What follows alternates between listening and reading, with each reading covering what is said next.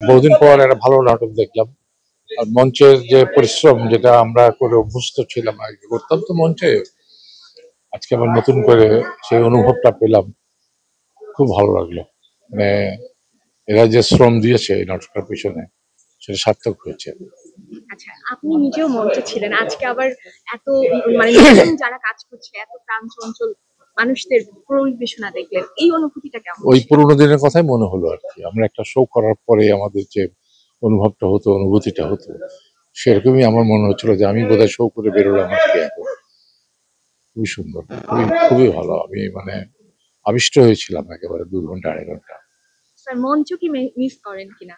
একজন অভিনেতা খুবই মিস হিসেবে। করি, খুবই মিস করি। আমি তো মঞ্চেরই লোক। 10 বছর বয়স থেকে মঞ্চে আমি।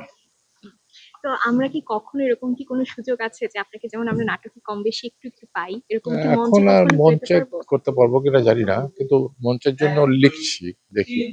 আমার 2টো নাটক মঞ্চে এসছে, আর লেখা 2টো নাটক। দেখি হয়তো আরো একটা নাটক চেষ্টা করছি যে মঞ্চের সাথে যোগাযোগ রাখতে। স্যার কি মনে হচ্ছে না একটু মঞ্চে নাটক কম হচ্ছে কিনা? খুব বেশি আশা হয় না তো এদিকে, তবে মঞ্চের নাটক হচ্ছে, এবং নাটক যে অনেক এগিয়েছে সে তো বোঝাই যায় আগের থেকে। আমরা তো আগে আমাদের সবচেয়ে বড় সমস্যা ছিল, যেটা আমাদের অর্থকরী সমস্যা ছিল। আর আমরা যখন নাটক করতাম তখন মঞ্চ ছিল না, হল পাওয়া যেত না। এইটা করার পরে তো এই সুবিধাটা হয়েছে। তো এরা অনেক ব্লেসড আর কি, সেই দিক থেকে আমি বলবো।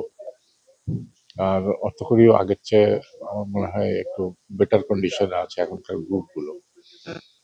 কিন্তু তা তো কুলোয় না, নিজেদের এফোর্ট দিতে হয়, টাকা পয়সা জোগাড় করতে হয়, স্পন্সর জোগাড় করতে হয়। আর এই এই নাটক করে যে আনন্দ, অন্য কিছু করে সে আনন্দ নাই। সুতরাং সেই আনন্দ পাওয়ার জন্যই মানুষ শ্রমটা দেয়, ভালোবাসার জায়গা, প্যাশনের জায়গা।